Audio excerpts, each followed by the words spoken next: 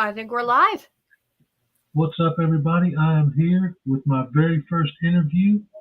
Hopefully, this goes well and we can get some information, some insight on the writings of Rina Brown. I have 10 questions for you. And are you ready to kick it off with number one? Yeah, I am ready whenever you are. I have my questions pulled up as well. So whenever you are ready. All right. The first question is, when did you know that you wanted to become a writer? Oh, golly. I always wanted to write. I like to say that the first time I ever tried writing something was the first time I saw Lord of the Rings. I was like, why isn't this written down anywhere? So I found like this like little pink flowery notebook and I started rewriting like what I could actually remember from the movie, not actually realizing, of course, that it started out as a book series before it became a cinematic masterpiece. um so I always liked to write. I don't think I mean as far back as I can remember, I always just wanted to write stuff down. In elementary school, I took an after school course to learn how to put books together, but because we were in elementary, basically all they had us do was write 5 pages, and then they bound it together and sent it home for the parents. So I didn't actually start learning anything until middle school, but I immediately wanted to as soon as I realized they had a creative writing course in the school I went to. Oh, nice. That's awesome. Right. And really quick, if the chat happens to have any questions, feel free to pop them in. Absolutely. The second question is, what was your inspiration for Isle of the Dark? Oh golly, my inspiration came from a couple of different things. Um, I had written, or I guess I tried to draw. I don't have an artistic bone in my body, but I can do a very good cartoon. I had tried to do this cartoon comic for my brother for his birthday, and it was based off of a video game that he and I both really liked. And it's like one of those story games where you like unlock secrets as you go along and stuff like that. And there was this whole lore and this whole fandom that went with it. So I just tried to I poked at it with my own version of how we thought the game was going to end, and it ended up turning into a short story instead. Well, I really liked kind of the idea of having an older character and a younger character come together. And and I slowly just started piecing together how that dynamic would work. And I realized that I wanted Ranger to be a weathered soldier, and I knew that I wanted Isle to be a younger child, or a teenager, I guess, rather. But everything kind of pieced together as I went along. The concept of Datsos didn't actually come until much later. I just knew that I needed to get Isle and Ranger to the very climax of the book. I knew what the climax was going to be, but I had no idea how I was going to get them to that point. So I kind of wrote it backwards, if that makes sense. That's interesting. Question number 3. Are the characters Ranger and Isle based on anyone you know in real life? Ranger, I would say, isn't. I kind of developed his character as I went along. Um, but I would say that Isle might be loosely based off of Cade, Burning Block about 99. Kind of his sassiness. Cade can be really sassy when he wants to be. I can kind of see that. But I would say that I knew I wanted, Ranger to be experienced, and I knew I wanted him to kind of have a level head. but also know, his way around a fight and a battle. And then Isle, he's been alone, and obviously he's a Datso, so he doesn't really know as much as what he's doing, and that's why he depends on Ranger so much. So I kind of pieced their characters together as I went along, but I would say that Cade is definitely the closest comparison I have for Isle. That's pretty cool. Question number 4. When you started Isle of the Dark, was the plan always to do a series of books, or was it originally going to be contained into a single story? It was originally a single story. I had not thought past the first one when I finished it. So it wasn't until after I had completed like the first draft of the manuscript that I realized, well, no, there's actually a lot more that I could do with this story, and there's a lot of ways that I can take their story. Um, the book actually went under several revisions, and I had to change a lot of the dynamic. Like I created, the Judavarians, and then Datsos finally like gained their name before the final version of the book. And I realized there was so much lore, and there was so much going on, because I mentioned history a lot. There's a lot of their history about Datsos versus people that leads up to the first book. And I realized also that there's a lot more going on in the world around them.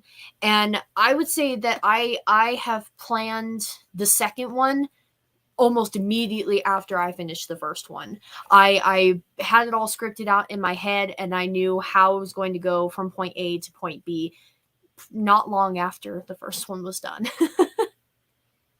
Oh yeah, mom is right.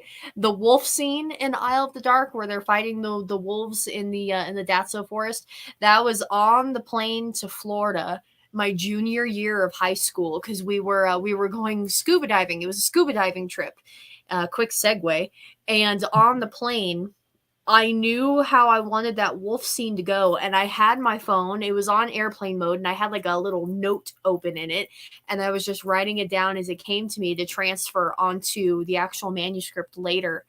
Um, and it was on that Florida trip I actually came to the end of the chapter, and at that point I had no idea what to do next. I still had to get to this climax, but I got stuck for probably a week or two before I could figure out how I was going to move it from point A to point B.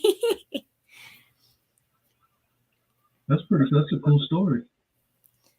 It's always interesting hearing the like lore and stuff behind the characters too. Right. Oh, and there is more coming. I mean, even in Acceptance and Ice, you get a lot of lore with Ranger and the Aslari. So Definitely can't wait for the next book to come out. right, I don't know. I may try and gun it to have the third one done by the 3-year anniversary, but I don't know yet. All right, question number 5. How long did it take from the original idea to actually getting published? Oh golly, I think it was just shy of 2 years. I started writing the manuscript in junior year, and I didn't get it published until almost 6 months after I graduated. So I think from start to publication, it was about 2 years, because then my launch day wasn't even until uh April of my 19th birthday. And I had gone on that scuba trip in April of my junior year, so I think it was 2 years. So I finished the manuscript itself in about 6 months, give or take, over the course of my junior year. And then senior year, I took my final writing course, and what she wanted us to do was write a book, well, a short book. And I asked her, I'm like, well, hey, look, I have this manuscript already done that I'm kind of hoping to do something with. Is it okay if I take this year's course as an opportunity to revise the story.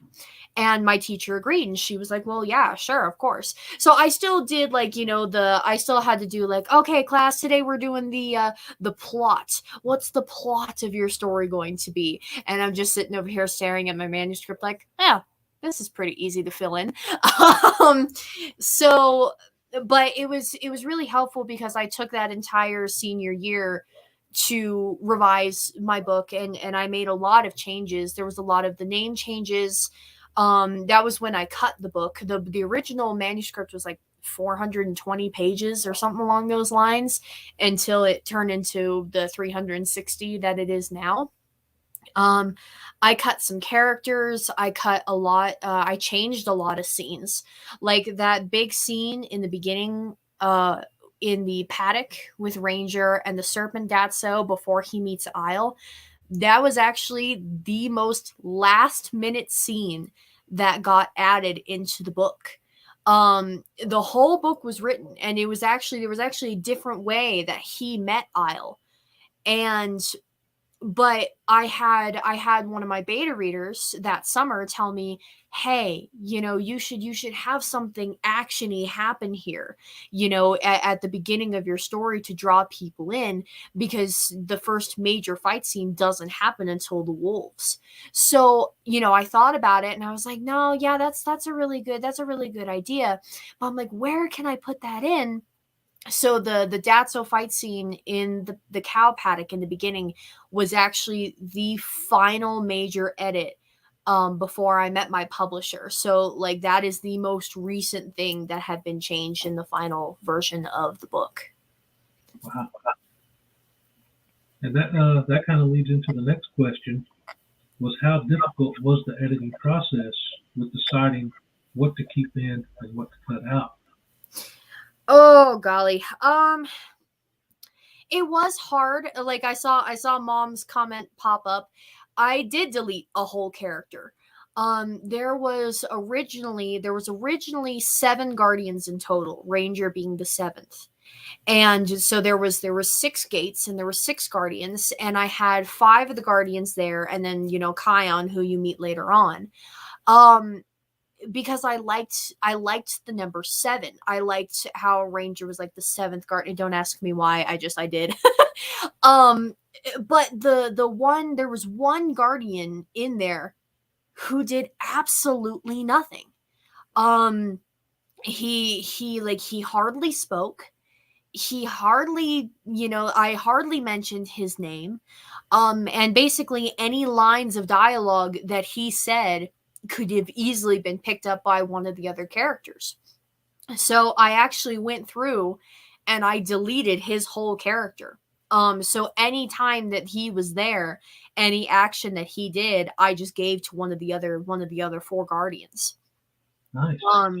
So that was one thing. The complete ending, the big battle scene at the end, it was actually a little longer. But it was too long. So I ended up fixing it and rearranging some of the events that happened to get the final product that's there now. Um Editing took a long time. I think it was 7 times that we revised the book. Because then I even had my publisher had his editor read through it as well, and we kept sending it back and forth to each other, because he would get through it and he'd find a whole bunch of things. I would go through it, and then I would fix the things, and then he had a backup editor read it, and she went through and she found a whole bunch of stuff. So yeah, I mean, editing was definitely the bane for that book, but I'd say that most authors say that editing is. But So yeah, that here's was a forever. quick bonus question: will there ever be a Snyder cut of Isle of the Dust? I don't know.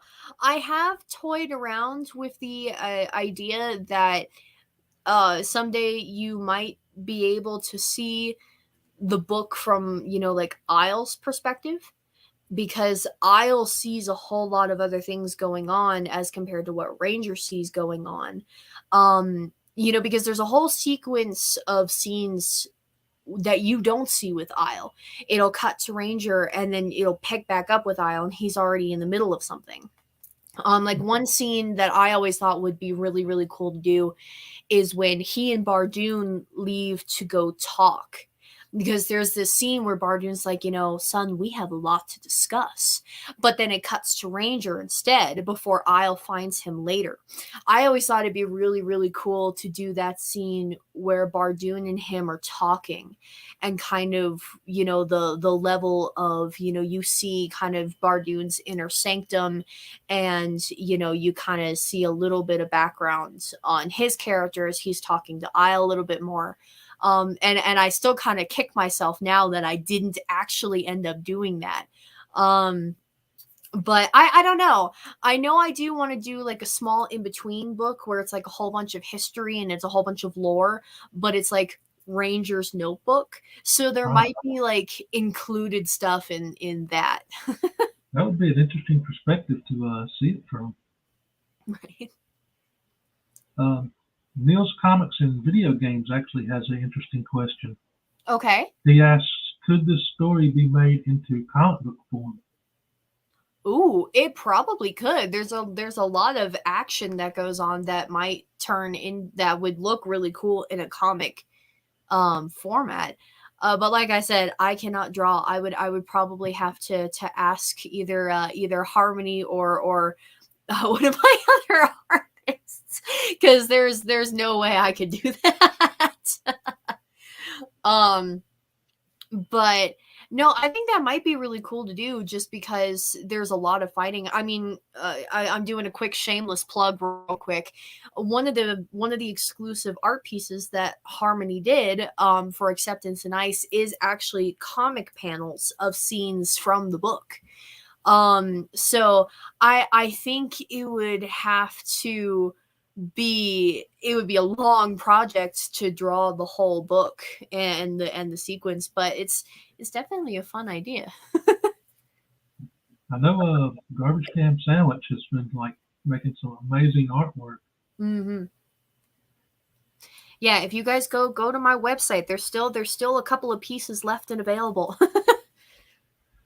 Rina's website is the first link in the description below, by the way. Thank you.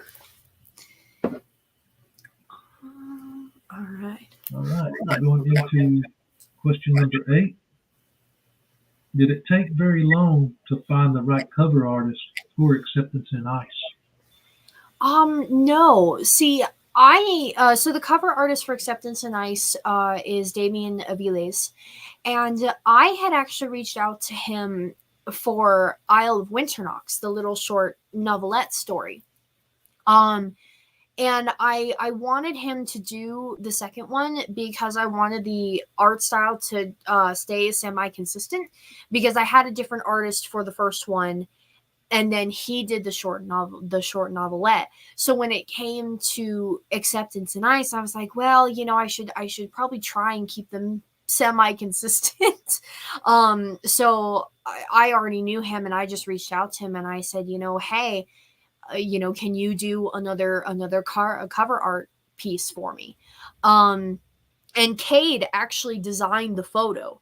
I gave Cade just a couple ideas, and he actually put together a digital photo on his phone, using what I had said. And then he sent it to me, and then I sent it to Damien, and then Damien just took Cade's digital photocopy and then drew it. So I kind of owe it to both Cade and Damien for that one. That's very cool. I didn't know that. Where are the art pieces? I think they're behind me. Hold up. I think I may have come semi-prepared. Yes, I have 2 here. Nice. I have the side one, and I have the Steelers, which I know a lot of people really like the Steeler one. But there's also the warthog from the beginning of the second one, and there's also Ranger's mom scene. There's a scene with his mother. That one is also still available. That was an awesome part of the book. That one caught me off guard when I was reading it. Oh. I was like, wait, what?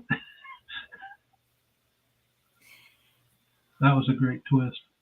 Oh, thank you. Yeah, no, like I said, I had planned the second one basically from start to finish. And I knew exactly I wanted his mom in it, and I knew I wanted the lost civilization of the Aslari in it. Um, it was just finding the balance to get them to work together. Now, the next question actually leads into the book as well. Where can people buy your books? Oh, well, darlings, you can buy them straight from me. It's www.rinabrownauthor.com. I send them all out myself. I wrap them and I box them up and I send them out. You can also get them on Amazon, but I wouldn't recommend it. And that's not just because of the revenue thing. What Amazon does is they put them in like paper, like plasticky paper envelopes, and then they yeet them at your door. Yeah. And I get my inventory from Amazon, and a lot of times what they'll do is they'll put like the bulk of the books in one box, but then I'll have like one or two that come in one of these little papery bags, and they're just destroyed. So you can get them from Amazon, but I would not recommend it just because they do not take care of the books. Whereas, like, I have my own personal inventory and I wrap them up and I box them and I make sure that they don't get damaged. X11 Bravo asks if they buy the books directly from you, can they still rate them on Amazon? Yes, you can. That's actually something I should do. I don't think I have a link to my Amazon from my website. I know I do in my link tree on my Instagram. But yeah, if you buy the book from me, it still will let you go on to Amazon. I think Amazon's only requirement, just for somebody trying to leave a review, is that you've had to use Amazon before. I don't think they require you to have bought the product off of Amazon to leave a review. I think it's just that if you have an account with them, or you've bought something from them, then they recognize, oh yes, this person has had activity with us before. You can leave a review on a product. I think that's the only thing. It's good to know. And the final question: now the acceptance in ICE has been released, have you thought about the next book in the series? Oh yes. I'll just drop it now. There's actually two. There's two more. Oh, So three is kind of similar like two. It happens another 2.5 years later. So from the start of the first one to the end of the third one, 5 years has actually passed. Um, so I know exactly how the third one's going to go. And the fourth one actually takes place a little bit later. There's a time jump between 3 and 4. But I know exactly how 4 goes as well. So yeah, there's Isle of the Dark series is not going away anytime soon. that's a good thing, because I'm telling you, for those that haven't ordered these books yet, again, the link to her website is the first one in the description of this video. Once you start reading these, you won't be able to put them down. They are absolutely captivating stories. Aw, thank you. Oh, and I didn't really expand before. One of your questions on the publishing. I didn't actually mention this before, and I wanted to talk about it because it's actually something recent that I've learned. Um, Eye of the Dark, the first one, is actually considered a hybrid publication, because you have your traditional publishing and then you have your self publishing, and Eye of the Dark's actually considered a hybrid, which I didn't know. And I didn't know that what's even weirder is how unusual it is to have a hybrid book. Because I had my publisher and I paid him, to edit the book and to format it, and they helped me submit it. Um but then the copyright's all under my name, and I get 100% of the profits because I sell them directly. So, but what I found is weird is that not very many people have that as a system. They either did what I did for Acceptance and Ice, and you upload it to Amazon and you Kindle sales that way, or you know your big traditional publishers. So I thought that was really interesting because I just learned that recently that my book is considered a hybrid, and I was like, huh, okay. um, and and then Acceptance and Ice wasn't actually hard to publish the second time round. I've done it for so long now that it's getting easier. I'm not right out the gate anymore, and I now I tell people all the time that if they have any questions about trying to publish a book to reach out and ask me, because I have a lot of bookstores and I have a lot of aspiring writers go like, why did you do it that way? And then when I explain it to them, they're like, oh, um, I think a lot of the methods that I use are a little unconventional. So I always tell people like, just ask me questions. That's a very smart way to do it. To be able to get like all the profit from the book, from the work that you put into it. Right. Well, and then just reaching out to bookstores. I know that a lot of authors do, local bookstores in their area, but as far as I know, not a lot of authors actually reach out to other states and ask other states like, "Hey, will you be willing to carry this book?" I know I've been seeing the Instagram posts lately where you've been taking your books to other bookstores and Yeah, getting it out there more. we ran back to back. Mom and I drove a total of, I think it was like 4 hours, maybe even creeping up to 5. We drove about 5 hours in the car up to one bookstore, so that we could drop off the books to him. And then the day before Easter, we drove to Boulder, to drop off a few books to a bookstore as well. So it definitely gets crazy because I've shipped out, even today I called more bookstores and I have 5 bookstores that are waiting for books that I'm going to send out tomorrow. Oh, nice. So it's crazy because there's always something going on. And that's actually one of the posts that my mom my mom had done the first day last week that I was calling bookstores. I could not get anybody to either answer or accept the book, and it was a really discouraging day. But then the day after, I had like 8 people that were like, "Yeah, we'll take your books." Um, so it's just crazy how much that there is to keep track of, and how some days you can get absolutely nothing, and then the day after you can get a whole bunch of stuff. So I remember when Owl first came out. That's in like how many different states now? 17. 17. And I've also been reaching out to all of my out of state bookstores to take acceptance as well. So I think acceptance is in about seven or 8 states now as well. So it's creeping up behind it. Won't be long till it goes worldwide. I know, I'm trying, believe me. Looks like you have a disgruntled employee on your hands. Oh, I know. Mom, I'm sorry. I do need to give a shout out to her though, because we edited Acceptance and Ice for 4 months. So we would both go to work and then we'd both come home and we'd just sit down and we'd edit for 3 hours before going to bed. Like that's what we did for like 3 months solid. I can't imagine the amount of work that went into that, but the product turned out perfectly.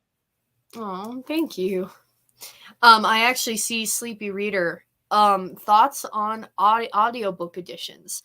Oh, That yes, we have actually been talking about that. Cookie, just a little podcast, was actually asking me about that a couple weeks ago, and he's like, "Are you guys going to do audiobooks?" And I'm like, I don't know the first thing on how to do an audiobook. But we've been talking about it, and we definitely want to try and figure out how to do that, because we're doing the research for it, and we haven't really seen any places that do like self-published audiobooks, but there are publishing houses that do specialize with audiobooks. So we have been talking about it, and we're thinking about voicing it ourselves. But a lot of it is just going to depend on kind of like what locations we find, and how it goes. Must be like on-site recordings to make Oh it yeah. like more atmospheric. Yeah, definitely. Well, That and sounds amazing. we imagine that Cade might actually like edit it too. So like there might be, a very low level of music that plays like during an action scene. Or, like there's sound effects when there's like sword clatter and stuff like that, which I don't think any audiobooks have necessarily done. So it might be very it's either going to be interesting or revolutionary. We're gonna find out. Uh, you can go ahead and charge my credit card for a copy. Oh my gosh, Russ. Oh, just get someone who can be very dramatic. Hey, I can be very dramatic. I mean, there's a couple characters I could try. I know Oh, the promo videos you guys put out on Instagram for acceptance was great, and there Kate was did such an amazing job yeah, with that. Oh my gosh. he's got some serious editing skills. He does. I don't know what he's going to do, because he wants to travel. That's kind of his big dream, is he wants to travel with his YouTube channel. But he's also so good at editing that I could see him totally going into a college course to learn like CGI, like photo editing and stuff like that. Um so I answer my mom's question. I don't know. I don't know who I'll be. um but it's definitely going to be an adventure, that's for sure. Definitely can't wait to see where the road goes with these books and how the story continues. Hopefully, like I said, I may try and gun it for next year, but if not, maybe it'll be like a 2023 Christmas release. Maybe that's what that will be. That'd be nice too, man. It'd be a good Christmas present. Right? Hey, there you go. I know these stories actually got me into reading actual Right. like novels because before growing up, never touched an actual book in my life. Just comic books and sometimes a TV guide. Right. And then I actually started reading these and just couldn't put them down. So you kind of like broaden my horizons. Oh, well, I'm glad. Reading is fun. I need I need to read more. I'm terrible about reading. I actually have one of the books my mom's having me read right now. And then I'm reading actually the original Sherlock Holmes novelettes with my uncle as well. But just finding the time to read is definitely is what I struggle with. Sleepy Reader has a great question. Have you talked about other authors that inspired you? No, I would say that I don't have one particular author that inspired me. Um, I would say that the book that got me into reading was Percy Jackson and the Lightning Thief. I had never really read before then. But when I read Percy Jackson for the first time, I was like, oh, whoa, this is really cool. Which is weird because I knew I wanted to write before I liked reading. um, but I mean, just I love Nora Roberts. I've read a few Nora Roberts books. And I get sucked into her world. Um, I've read a lot of books. I was in honors English, so we read a lot of different books over the course of high school. And the one thing that I've learned is that there's so many different writing styles, and no matter what the book is that we read, for me, it was how it was presented. Um, like for example, The Salesman. You know, so it's a sad story, but the way that it was presented in the book format was really interesting to me because it was almost like a play, but then you had these long, descriptions and stuff like that. And how I'm trying to think. I know there's more, but like my mind is going blank right now. But so and that's ultimately why I for Isle of the Dark and Acceptance and Ice, when I write, and this is also why I'm really thankful to my mom, is because she gets what I'm trying to say. If I butcher a sentence, she can help me rearrange it to where it conveys what I was trying to, it conveys the idea, but it sounds better. And for me, I think that is a huge part of it is, the presentation for the book. Yeah. Going back to the audiobooks really fast, X11 Bravo says you can get Samuel L. Jackson for one of the voice actors. Ha! Oh my gosh. You might have to up the rating of the book for for Sam. Maybe just a little. I can imagine some of the lines he would give Isle. Ooh. Oh man. What would he do? I don't know. There's a couple of characters that I think he might do. But I think Cade has claimed Isle. I think Isle will always be Cade's. Glitter and Duct Tape says next there'll be movies based on your books. That is the lifelong dream. I like writing, but if any of them ever end up into a movie, that is definitely the lifelong dream right there. I could definitely see that happening because as I was reading, the action scenes just kind of pulled you in, and you could almost like picture the world while you were reading the book. Oh. So I think it would translate into movies very well. Well, it also helps that when I see it as, like action and like a movie cinematic when I'm thinking about it. That was actually one of the things that I had mentioned during one of my other interviews was one of the hardest parts for me is actually getting it down on the paper. I would say like if I'm in a good mood or like in a groove, I can just write. But if I have this whole scene in my head and I have nothing down on the paper, it can sometimes get hard to actually put it on the page because in my head, I can see it playing out as if I was watching TV. But I'm really slow. I don't type very fast. So trying to type it out and make it sound, decent while I can just see it playing, I actually get frustrated and I'll have to just push it away and set it aside and then have to come back. Because it bothers me how long I take to write these segments out. And I don't want to rush it because I know that if I do, it's not going to be good. I mean, taking your time and like planning it out just seems like the best game plan. Yeah. Glitter and Duct Tape says we should start a book club. Heck yeah. My mom and I've actually we have local, like our library does a local book club, and we've been thinking about maybe trying to become members and see if maybe we can't get them to read Isle of the Dark at some point.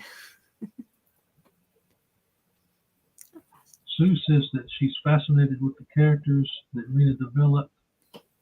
Where do they come from? What inspired her? Oh, well, that's kind of like your question earlier. I just kind of put them together as I go along. Ranger and I knew that I wanted, one older character and one younger character. I would say that personality wise, a lot of their personalities come over the course of the book. Like Acceptance and Ice, for example, one of the characters that you meet, Naveem, I actually kind of bounced back and forth with his character, and Mom can agree with me on this. Because he is a character that is kind of even. He doesn't really show a lot of emotion except for like annoyance. When he's annoyed, he visibly shows it. Yeah. But anything else, he's kind of stoic. And during the first draft of that wasn't really necessarily the case. So their personalities kind of develop sometimes over the course of the story. Like, I would say, oh, what's a good example of that? I know there's a character that's a good example. Torn. Take Torn, for example, from Acceptance and Ice. His character was actually supposed to be a lot more confident.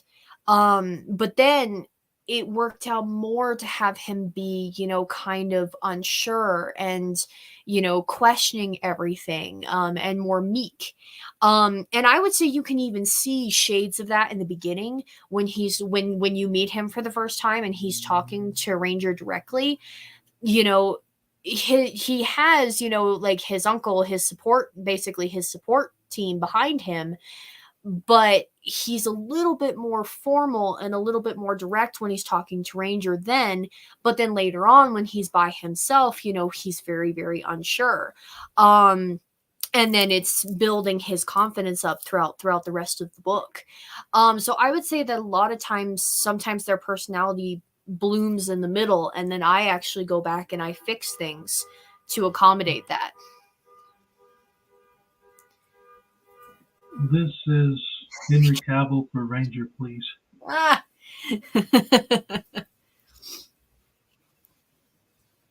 I can see that. And Kate is claiming Isle. Yes, he is.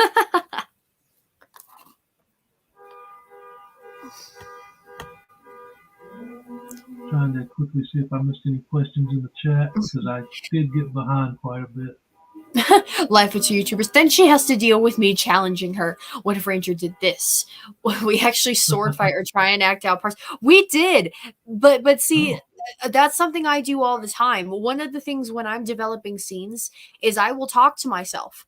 I will do bits and pieces of dialogue, and as if I was, acting in a play or something like that. So then when it comes time to write it, I'm like, okay, yes, he's moving his hand in this fashion, or this is the expression that he has on his face, So no, I'm a major nerd, but what can I say? Nils Comics and Video Games asked, if you did the audiobooks, what accents would you see fitting your characters the most? Ooh. See, everybody kind of has a slightly different accent. Like Naveem and Torin actually have accents because common tongue, which is what most people speak, is not their first language. The Judavarian language is their primary language. So they actually do have accents. It's not that they say the words, like it's not like they'll slur a word or they say it slightly differently. It's just you can tell that it's not natural to them. Yeah, sorry. Our neighbor doesn't have control over the car. Yeah, my bad. So I don't know if they necessarily have accents. When I think of Ranger and Isle, they don't. But characters like Naveem and Torin, they do. I would say that like Marco from the first book, he does have an accent. I kind of picture him as if he were having a kind of more like guttural, like a Norwegian accent. I know I didn't say that right, but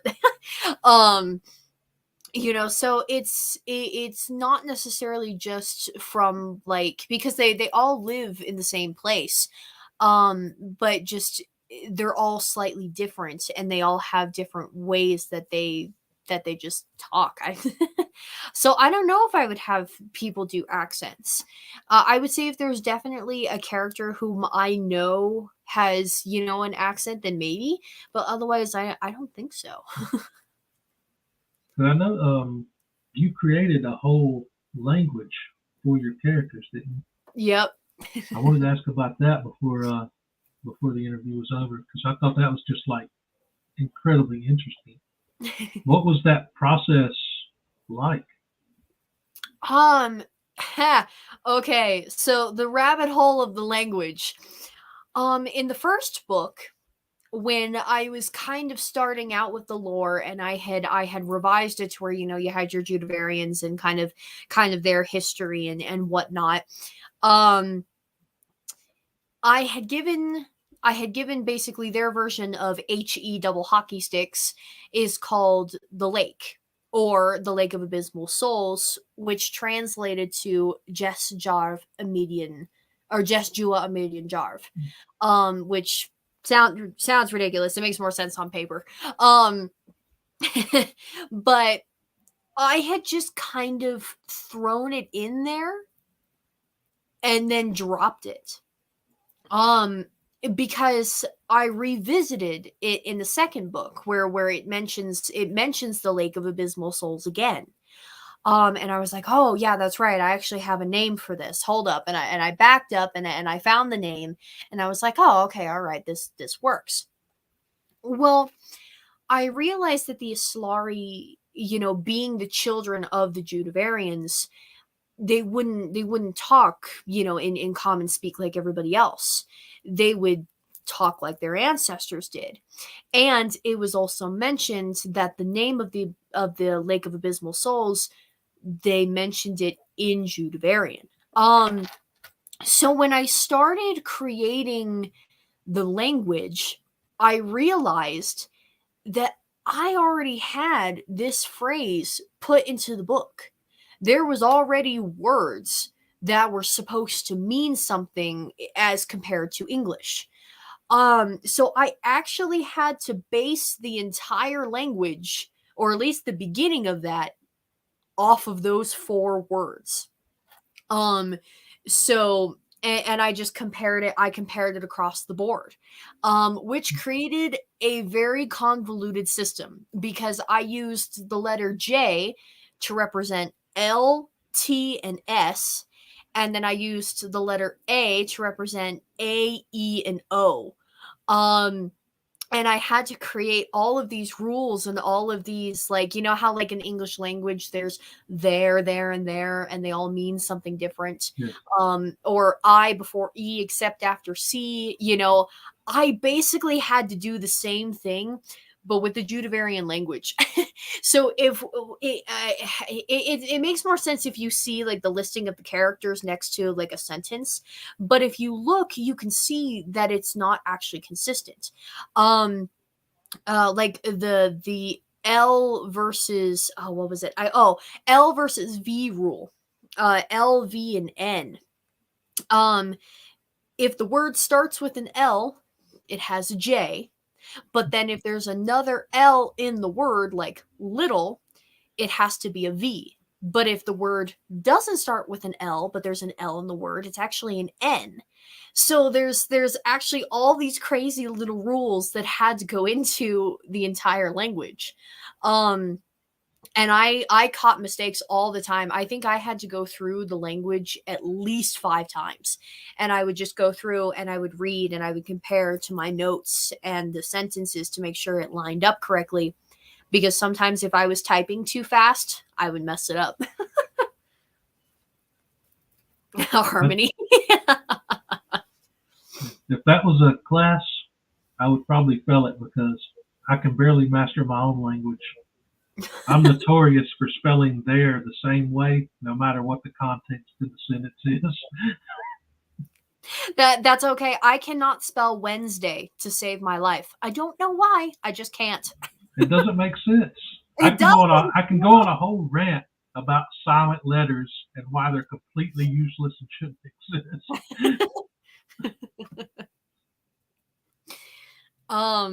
But yeah, so the language was a rabbit hole all on itself, and I felt so bad when my mom was helping me edit it, because and we would have to sit down and we would have to edit those segments together at the same time, because the language was mostly just used for dialogue.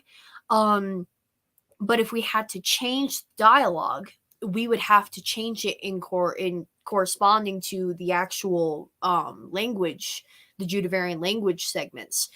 And yeah, It took a long time, but I think that it turned out really, really good. I think it adds its own element of uniqueness, and at the end of the day, I'm glad I did it. Um, I don't know how crazy it makes me, because I could probably look at a sentence of Judevari and translate it without using my guide. But I mean, you created it, so obviously. we would hope I'd be able to translate it, but I mean, people made Krypton a real language, so I think that that is true. ranks right up there. That is true. It's funny because one of my boss can actually speak Elvish from Lord of the Rings. He knows a lot of sentences and stuff from Lord of the Rings, so it just kind of cracks me up.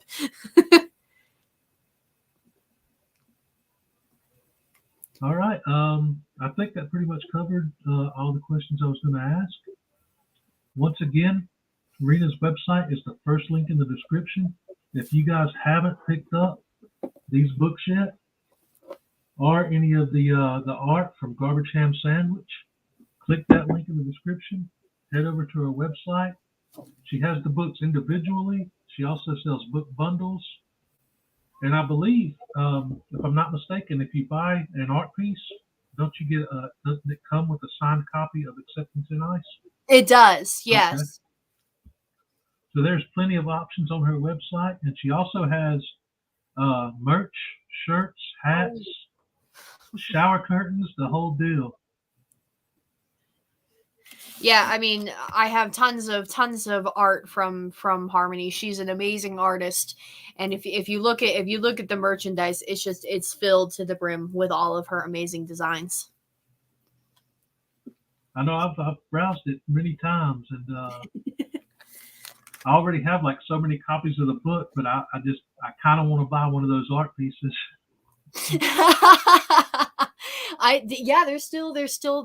There's the mom one, there's the Stealer, there's the first time you see the scythe in action, and the warthog piece from the beginning of the book. And this is it, guys. As soon as these four sell, they're gone. They're not on my Redbubble, so you can't get them on shirt prints or anything like that. They are one and dones. So make sure to grab yours before they're all gone. Most definitely click that link and go do it.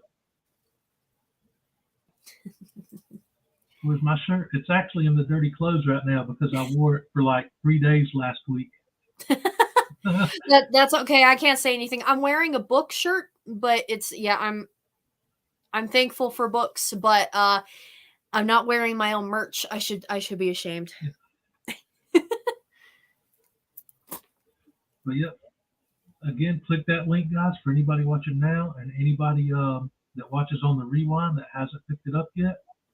First link in the description.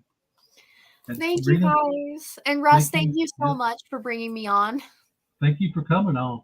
I've always kind of wanted to do one of these interview style shows, and I think I might keep this going and maybe make it a series. See if I can bring on some other people to interview. The super interviews, the super show. You should do it. You should totally do it. Just coming up with like different questions every week or every 2 weeks or however often I do it would be a little tough. I might have to like call Sharon, give me some questions to ask. Ah, that could work. You never Yeah. know.